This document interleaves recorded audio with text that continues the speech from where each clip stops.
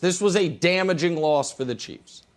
It's not because they are going to lose their first-round playoff game that they wouldn't have had to play. It's just the additional playoff game, by not having the bye, is more chance for injury, more chance for randomness, more chance for wear and tear. And now the only path the Chiefs have to the bye involves Davis Mills. And while I am impressed by Davis Mills' neck size at times, the Texans are not a great team. Involves Davis Mills and the Texans beating the Titans. So the Chiefs are probably going to be the 2 seed. They are probably not going to have a bye, which would mean for the first time in his career, Mahomes has to play a wild card weekend game. Every playoff game he's ever played has been at home, and every playoff game has been round 2 or further because they've always had the bye. So it is a damaging loss. But Mike, that is not the story. The story is Ja'Marr Chase just had, I believe, the greatest game a rookie receiver has ever had.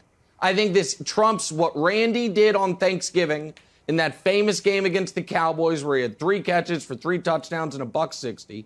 He is in the midst of arguably the greatest rookie season any receiver has ever had.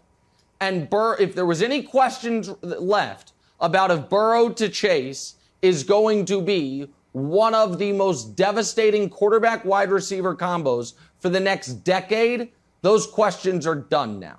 So to me, this story was the Bengals with, one could argue the best win for the franchise in 20-plus years, beating the Chiefs in a game they were down 2 scores at one point and doing it because their number 1 pick of the draft from a couple years ago and their top 10 pick of the draft, who were college teammates together, were absolutely unguardable, including on that 3rd and 27. Mike, can they double him on 3rd and 27? I understand Spags doesn't like doubling guys. Can we double him on 3rd and 27, Mike? Maybe, possibly, who knows? But it's about the Bengals, I think.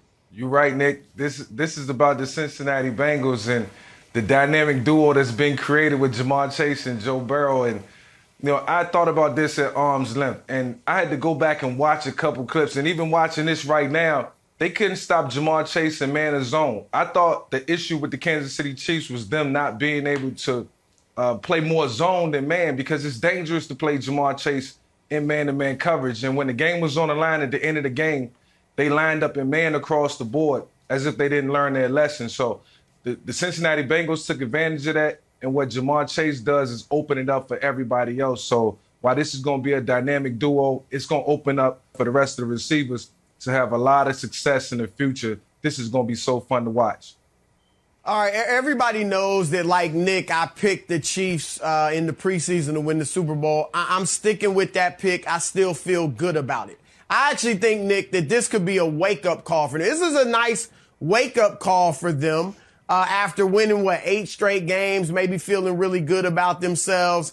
Going into the playoffs, I think this was good for them. So I'm not too concerned there. They're not unbeatable in the AFC playoffs, but I think this is good for them. But I agree with you guys. It said more about the Bengals. And here's what I'll say. I have not, to this point, as impressive as they've been in some of their wins, putting up 41 points several times against good defenses, I have not really considered them a threat to reach the Super Bowl. Now I think they have a shot. Usually, historically, you wouldn't think teams go from not making the playoffs to the Super Bowl. It's actually happened 3 times in the last 4 Super Bowls. Now, Tampa Bay last year getting Brady is that's an outlier because they added the GOAT and a few other players. San Francisco, when they did it with Garoppolo, they got healthy. They were injured and banged up the year before.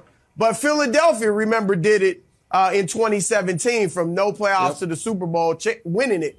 So that's possible. And it's possible. You guys said it all about Ja'Marr Chase. Obviously, he's a problem for whoever's facing them.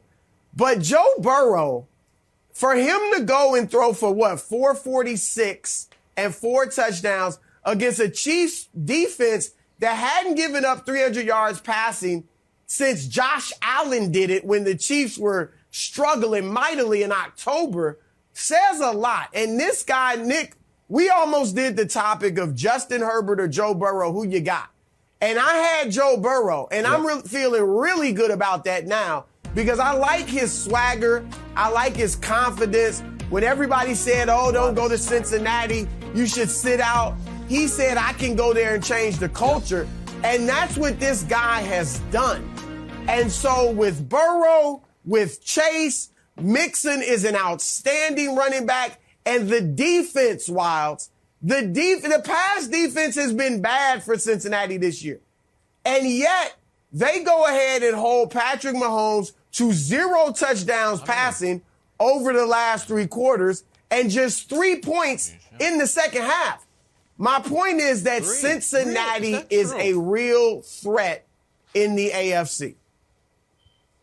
I agree. Nick, I'm gonna ask you about the 3 points thing because I needled you on it in our pre-show call. Was that worrisome at all? Because we were texting and we thought the game was over.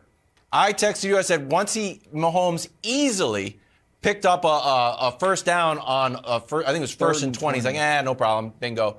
3rd and 20. I was like, this game's over. He can just dice him up. And all of a sudden, Bengals offense kept picking up, and Chiefs defense Chiefs offense flattened out. Did that worry you at all?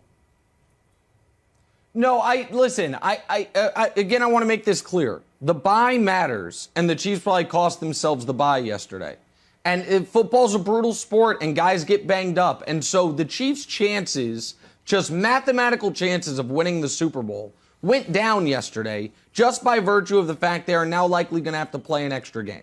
I am not worried about the Chiefs' offense. I think what happened in this game, Mike, was the end of the first half, they thought they had won the game. They had the kick return, and it gets called back because of a tough holding call. And then Mahomes throws an impossible pass. 65 yards in the air, hash mark to opposite hash mark, to get him in field goal range with a few seconds left, and Tyreek just drops it.